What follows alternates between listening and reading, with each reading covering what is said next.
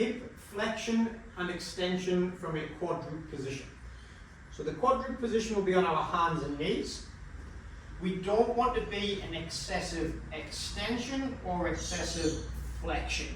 We want to try and find halfway between. Hands are underneath our shoulders with our index fingers pointing straight forward.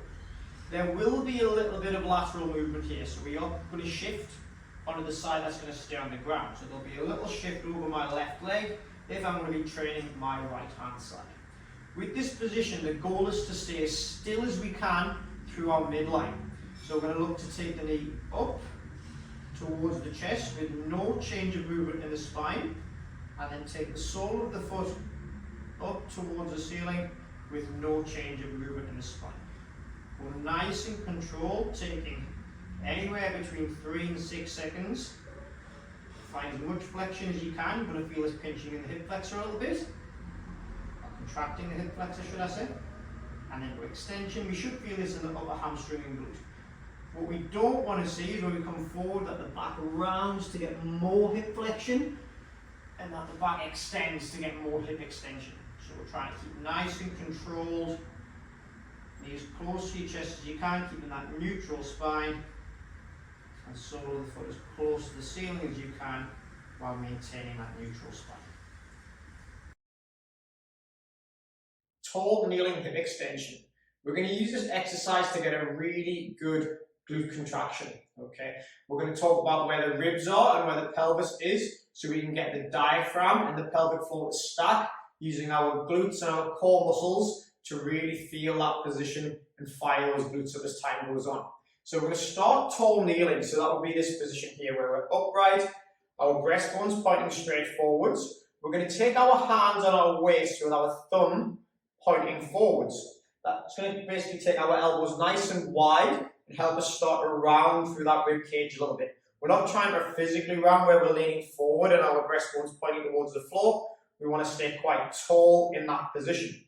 From there, I want you to think about pressing your ribs back as you tuck your pelvis under, squeezing your glutes and pushing your hips forwards. Straight away, you might feel a huge hip flexor stretch and quad stretch. If that's the case, we're going to bring your pelvis back behind your knees a little bit, still staying stacked, and just try and tuck that pelvis a little bit more and squeeze the glutes a little bit more. You should feel less stretch here and more glute contraction.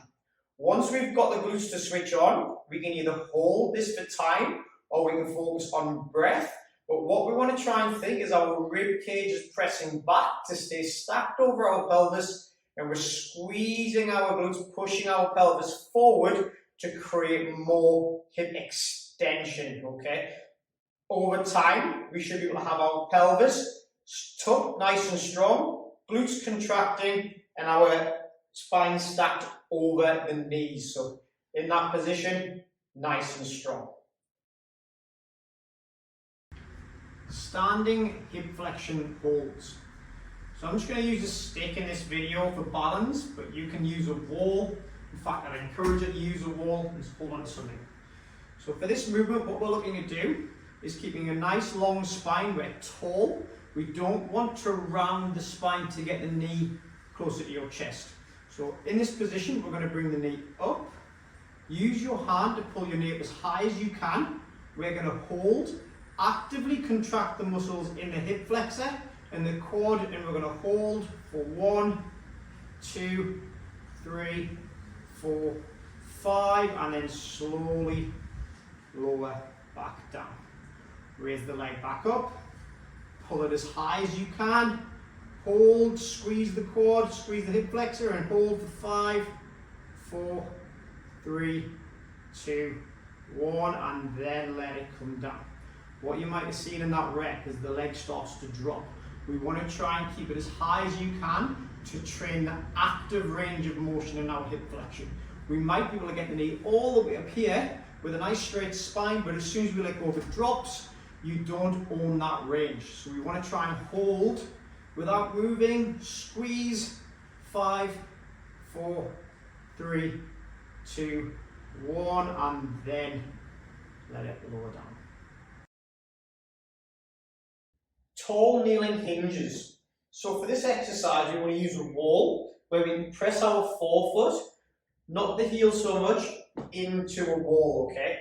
We're going to tuck the pelvis to get the glutes and hamstrings on, and from that position, we're going to hinge from our hips, so the pelvis will just sit behind the knees slightly.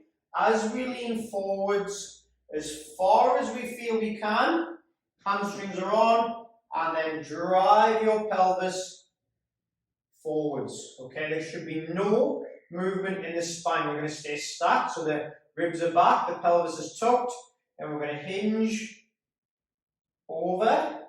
Really feel those hamstrings kick in, and then squeeze the glutes and bring the pelvis forward. If that's super challenging, we can use something like a yoga block, or you can set something up in front of you to bring your hands down to that position. So you might start using a yoga block where you hinge, touch, and squeeze the glutes through. If that's easy, just change the height. Same thing, we're going to hinge, touch, and come through. And over time, you can just use less and less and less and less yoga block, feeling your hamstrings until you get rid of them. So we can just hinge over as far as you can. You might be able to end up in this all fours position and then press back. Okay, that would be a nice goal to be able to stay stacked, touch, and use the hamstrings to bring you through. We don't want to use our spine. So if we're here and we're arched, but you're going to lift with the spine, you're really going to feel your back extensors working. I want you to really focus on feeling your hamstrings here, working with your glutes and maybe a little bit of calves. So rounding out, staying stacked, hinging only from the hip, and then coming back through.